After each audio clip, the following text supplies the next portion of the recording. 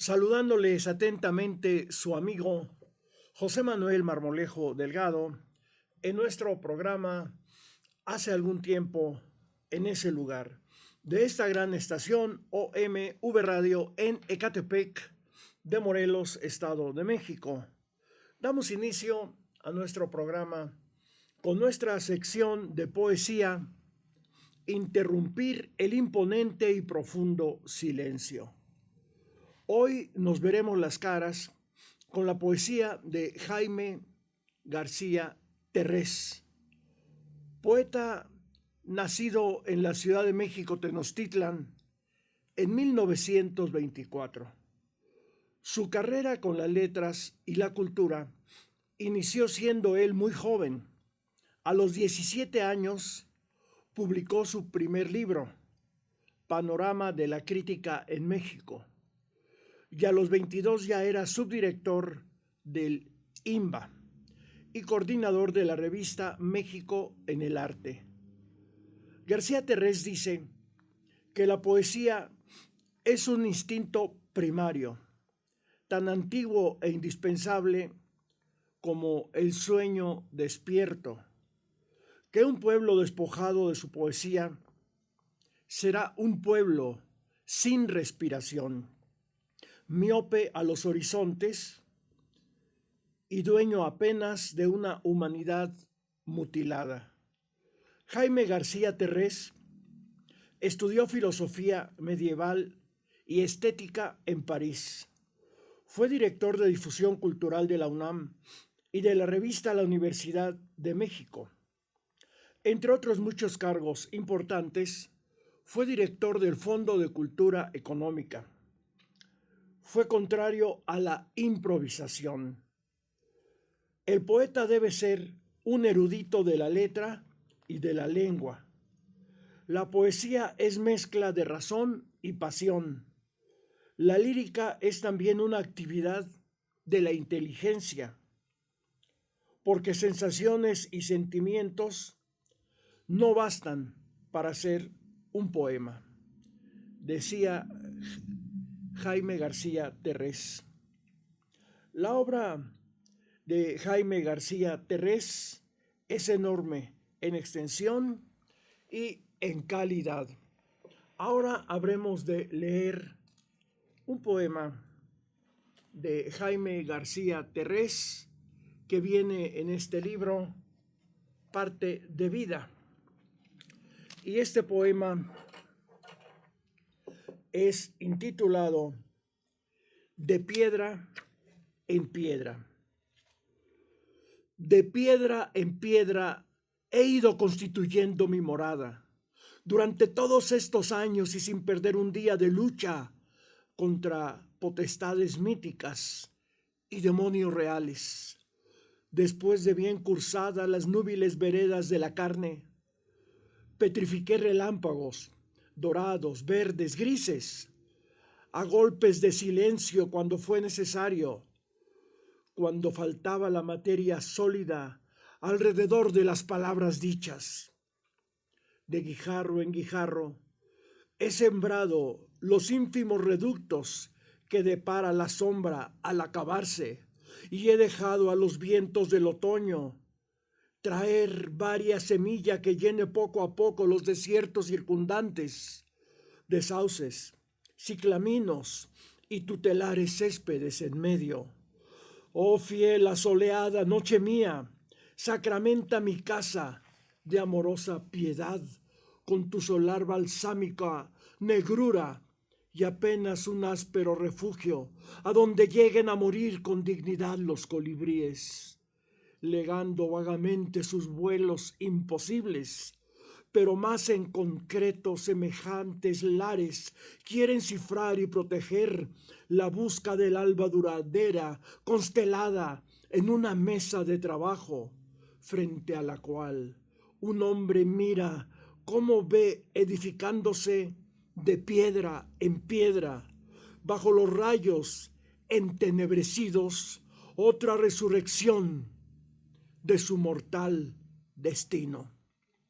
Pues son estas extraordinarias palabras de Jaime García Terrés, quien murió a los 71 años de edad. Un gran poeta mexicano. Ahora nos vamos a nuestra temática general acerca de la historia de México, particularmente a la historia del Maximato. Hemos estado hablando en nuestras anteriores sesiones de la derecha nacional e internacional, el daño que le ha hecho de la derecha a la humanidad, a la nación mexicana. Hemos estado hablando de la época de la Guerra Cristera, la guerra que le declaró la Iglesia Católica al Estado mexicano, una guerra sangrienta, del crimen de Álvaro Obregón, todo ese México violento, absurdo, terrible que se vivía a finales de los años 20 del siglo XX. Y nos vamos al día 16 de agosto de 1928, en que el periódico Excelsior publicó esta nota: el antirreeleccionismo ha resurgido ya en Veracruz. De nuevo se habla de formar partidos en el puerto y otros lugares. Recordemos que surge el partido antirreeleccionista como una alternativa al porfiriato y lanza como su candidato a Madero, que finalmente es asesinado, pero para 1928 resurgía el partido antirreeleccionista, lanzando tres precandidaturas a la presidencia de la República en contra del partido oficialista, y uno de esos candidatos era José Vasconcelos. Veracruz, agosto 15. Resurgía en Veracruz el partido antirreeleccionista, por lo que los señores Elías Charleston, A.M. Acosta, Eulalio Álvarez y Lauro Méndez convocaron a una asamblea a los antirreeleccionistas, misma que se efectuó en la casa del señor Carlos Torres, en la calle Guerrero, con asistencia de más de 200 personas. En esa junta se dio lectura a un mensaje enviado por Victoria Góngora, quien invitaba a los simpatizantes del antirreeleccionismo a secundar la lucha de sus similares en la capital, encabezados por Vito Alessio Robles. Acordaron que en la siguiente reunión del día 25 nombrarían el comité ejecutivo de ese partido, mismo que daría inicio a su funcionamiento. Lucharían por echar abajo la reforma a la Constitución que permitió la reelección presidencial, la reelección de Álvaro Obregón.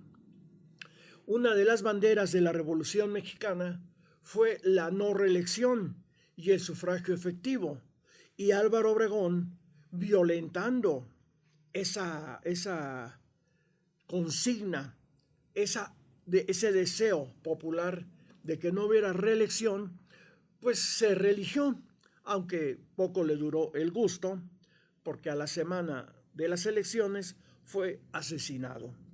En la página 10, Excelsior publicó esta otra nota: ostentará el nombre del general Obregón una calle de Toluca.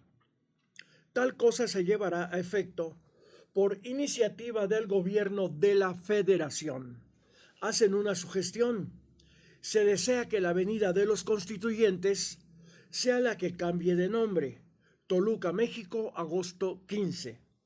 El Partido Obreros y Campesinos del Estado de México, en asamblea, decidió enviar una petición al Ayuntamiento de Toluca para que la calle a la que se le cambiara el nombre por el de Obregón fuera la Avenida Constituyentes. Firmaban la petición el secretario general Eduardo Pérez y el secretario del Interior Salvador García. Pues de absurda era la situación. Querían glorificar a un asesino, a un corrupto como fue Álvaro Obregón, poniéndole nombre a las calles, que todavía existen esas calles con ese nombre. Ahora vamos a hablar como dando secuencia a lo que hemos establecido en anteriores sesiones, de cómo se fue imponiendo en América, en México, una cultura ajena, una ideología, una filosofía ajena a estas tierras, que fue el cristianismo, en su cara de catolicismo. La imposición de la religión cristiana en los países invadidos por España conllevó un sinnúmero de graves problemas para los países conquistados, y cuando estos poco a poco pretendieron hacer reformas para sacudirse las consecuencias de la imposición del cristianismo y de sus duros mecanismos de poder, la Iglesia Católica reaccionó siempre de manera violenta y contraria a los intereses de los pueblos, sobre los cuales ejercía su dominio espiritual y material. Veremos enseguida cómo la actitud torva del poder religioso generó muerte, destrucción y guerra en el país cuando éste intentó sacudirse el yugo cristiano.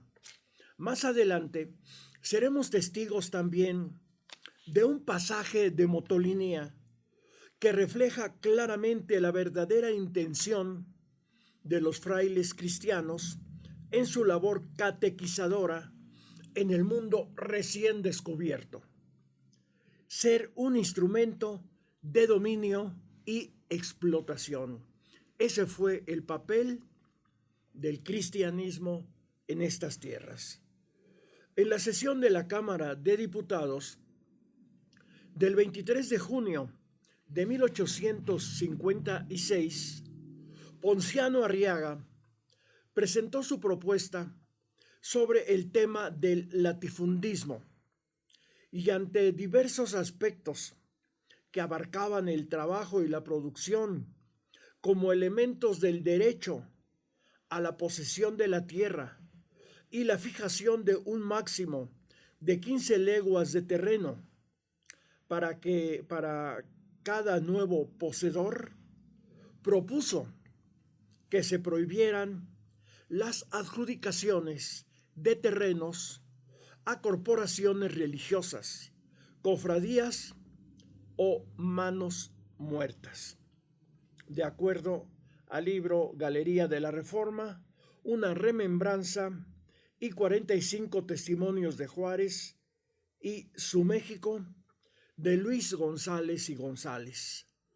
Luis González y González afirma que el discurso del médico Gavino Barreda, pronunciado el 16 de septiembre de 1867 en la ciudad de Guanajuato, marca la fecha de la implantación y dominio del positivismo de Augusto Comte en México, filosofía del Partido Liberal. Gavino Barreda postulaba la emancipación mental, por la que habría una sustitución de las doctrinas antiguas por las modernas. El nuevo venero del torrente sería la emancipación científica, la emancipación religiosa y la emancipación política. Barreda hablaba de que la triple evolución científica, política y religiosa provocaría una terrible crisis, y que el clero católico nacido de la discusión se había propuesto después sofocarla. Había visto a sus expensas lo irrealizable de sus pretensiones, pues por una dichosa fatalidad, el irresistible atractivo de lo cierto y lo útil, de lo bueno y lo bello, sedujo a su pesar a los mismos quienes su propio interés aconsejaba desecharlos, y semejante al cerebro de la fábula, se dejaron adormecer por el encanto de las neumas ideas y dejaron penetrar en el recinto al enemigo que debieron ahuyentar. Pues así de exacto y así de maravillosamente se expresaba Gavino Barreda en esa lucha que iniciaba el Estado mexicano, el pueblo mexicano, por detener los abusos de la Iglesia Católica, de la religión en este país. Consecuencias muy duras vinieron después, pero de esta temática continuaremos hablando en nuestra siguiente emisión de hace algún tiempo en ese lugar, de esta gran estación OMV Radio en Ecatepec de Morelos, Estado de México. Se despide de ustedes su amigo José Manuel Marmolejo Delgado.